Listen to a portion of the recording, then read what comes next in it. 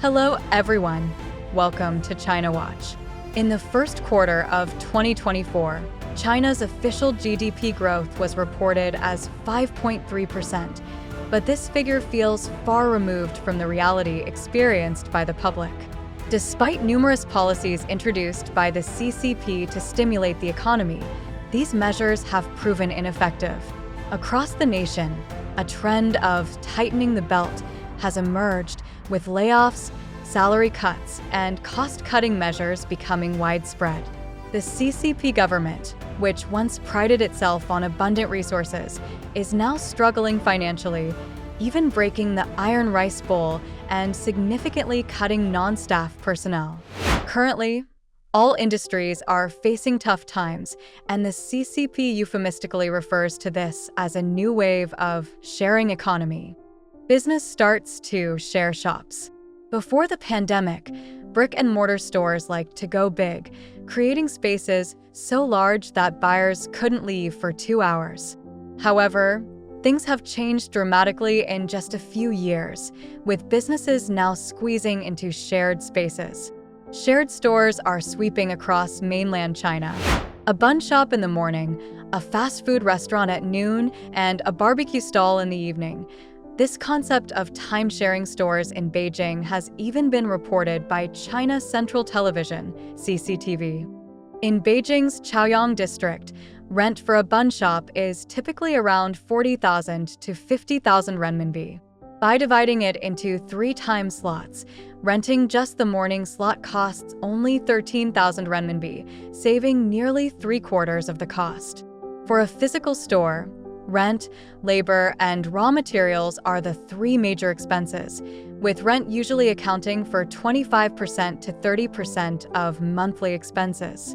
In the first quarter this year, preliminary statistics showed that 460,000 restaurants in mainland China went out of business.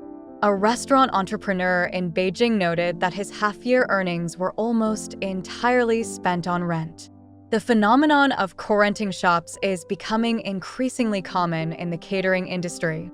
Tea and cold drink shops are particularly hot in this trend. In Taiyuan City, Shaanxi Province, the Wuqing Road post office is sharing space with the popular drink chain Mishue Bingqing. 9 yuan coffee is already outdated. Simply downgrading consumption is not enough. Expenditures must also be reduced.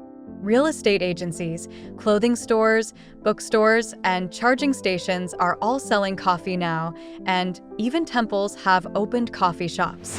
Shared employees suffer worse treatment than outsourced workers. Many companies are already struggling, with personnel costs constantly rising. Companies also need to pay ever-increasing social security contributions. In Shanghai, for example, the social security base has increased by 55.6% over the past 5 years.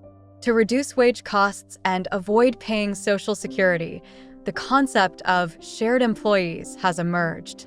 Essentially, shared employees are a workforce even less privileged than outsourced workers. Some netizens have likened it to rural times when neighbors would borrow each other's oxen for plowing fields. In mainland China, the personnel system within the public sector ranks from high to low as follows: civil servants, formal staff, and temporary workers. In private enterprises, the ranking is regular employees, outsourced workers, and shared employees. The higher the rank, the better the salary and benefits. The shared employees in private sector often lack the 5 insurances and housing fund, effectively making them naked in the job market. The Jiangsu Economic Daily once reported, if the average company employee earns 5,000 renminbi, full social security for a regular employee costs 950 renminbi, while the minimum base social security for an outsourced worker costs only 570 renminbi. However, shared employees may not even have to pay this 570 renminbi. The rising labor costs are forcing companies to opt for cheaper shared employees. In mainland China, The number of flexibly employed people carefully calculated into the employment rate by the CCP government is in the hundreds of millions. According to the latest Q4 2023 Talent Market Hotspot Report by Xiaopin Research Institute, 38.5% of respondents chose to take public service or civil service exams, while the second choice was flexible employment, accounting for 19.8%.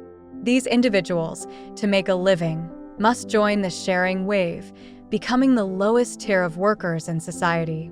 The 2023 Graduate Rental Survey report indicates that in an ideal situation, over 80% of young people believe rent should be kept below 30% of their salary.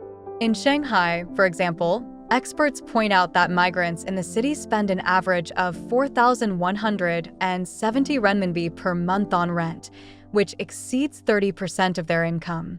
As a result, posts asking, "Does anyone want to share a bed with me?" are appearing on Little Red Book in top-tier cities like Shanghai and Beijing. Similar arrangements include sharing a large bed for 1,350 renminbi per month in Shanghai's Yangpu district. No deposit is required, and it comes with amenities like a private washing machine and a well-lit south-facing bedroom. There are also self-help posts like, in Shanghai, "Hope to survive, can share bed daily rent." This is from a girl who left her hometown to pursue opportunities in Shanghai.